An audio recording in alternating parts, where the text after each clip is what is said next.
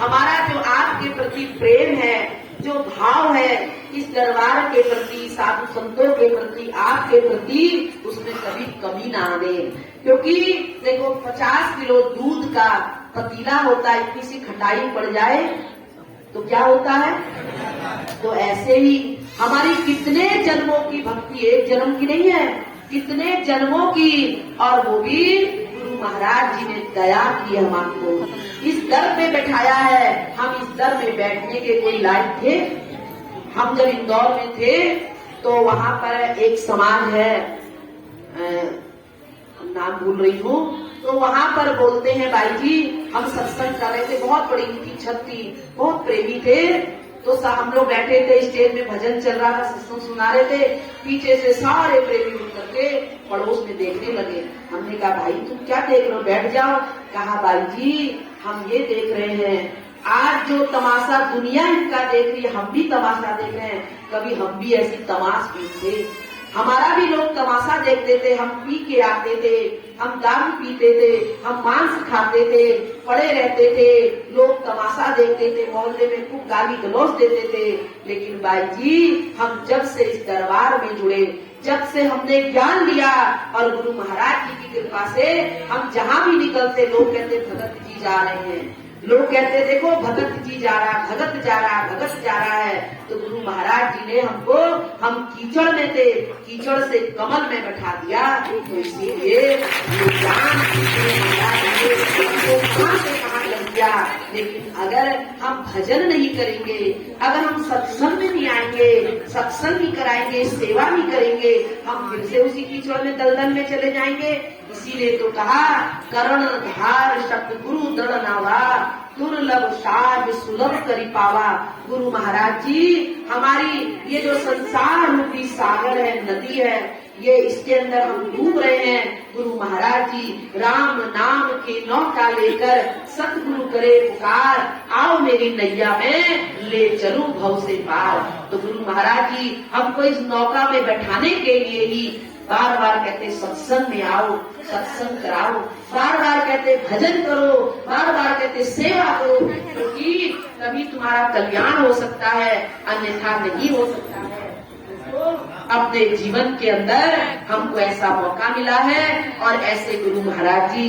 तो देखो एक जगह हम सत्संग कर रहे थे, सत्संग खत्म हुआ तो कुछ लोग आए, वो प्रेमी नहीं थे, कहते बहन जी आपके गुरु महाराज की हमने फोटो देखी, आपके गुरु महाराज जी है ना। हमने कहा हाँ, तो कहा हमारे यहाँ आए थे, गुरु महाराज ने कोई राजनीतिक प्रोग्राम किया था, लेकिन आज तक हम उनकी शक्ल नहीं भूले। हमने कहा कैसे? कहा उनकी मूंछ, आज तक ऐसे मूंछ ऐसे गाल तो हमने देखे ही नहीं है। कितने लोगों को हमने देखा, लेकिन ऐसी मूंछ वाला व्यक्ति हमने नहीं देखा। तो हमने कहा भाई वो तो तुम द्वापर में कृष्ण सुनते थे, ये तो कलिकाल में पूर्ण अवतार आए हुए हैं। एक अवतार नहीं, पूर्ण कला में आए हुए, पूर्ण कला में। तो देखो गुरु महाराज जी से नजदीक में देखने का हमको सानिध्य भी मिला। इतने सरल हैं, इतने गुरु महाराज जी, उनके अंदर इतने बाहर से कठोर, जैसे नारियल होता है कठोर, और अंदर से कितना सॉफ्ट होता है, ऐसे गुरु महाराज जी भी। तो इसीलिए ऐसे गुरु महाराज जी को हमने प्राप्त किया है। हम सब ने, हम भाग्यशाली हैं, हम सौभाग्यशाली हैं। लेकिन जो जीवन के अंदर गुरु महाराज जी की अगर भक्ति नहीं करता, भजन नहीं करता, तो हम दुर्भाग्यशाली हो जाएंगे। तो हम यही कहते हैं इस 9 वर्ष में सब संकल्प लेके जाएं अपने अपने घरों में, जिसके अंदर जैसी व्यवस्था बनती है। हम तो कहते हैं आप लोग खूब सत्संग करो, अपने जीवन में दुनिया धुन तू अपनी धुन में, पराई धुन में पाप ना धुन तू। दुनिया वाले कुछ भी करें, लोग कहते भाई जी हमारे पड़ोसी नहीं आते हैं, पड़ोसी ऐसा कहते हैं, तो कहने दो।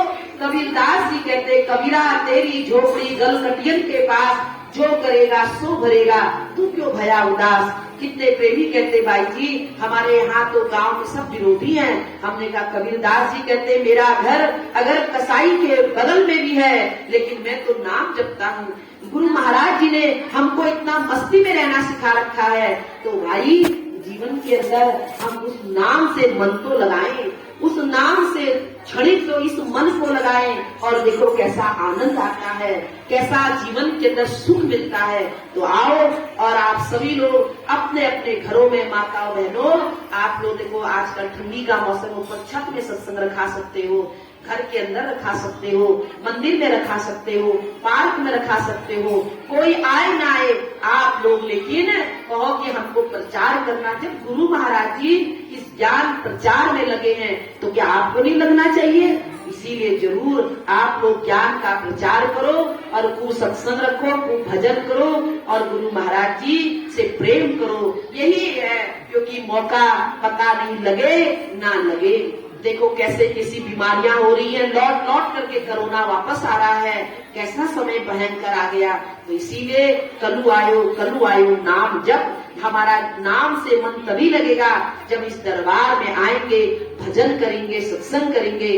तो प्रत्येक रविवार को सभी आश्रम में भी आओ और अपने अपने घरों में। ऐसे तो देखो हर व्यक्ति के घर में हर महीने सत्संग होना चाहिए।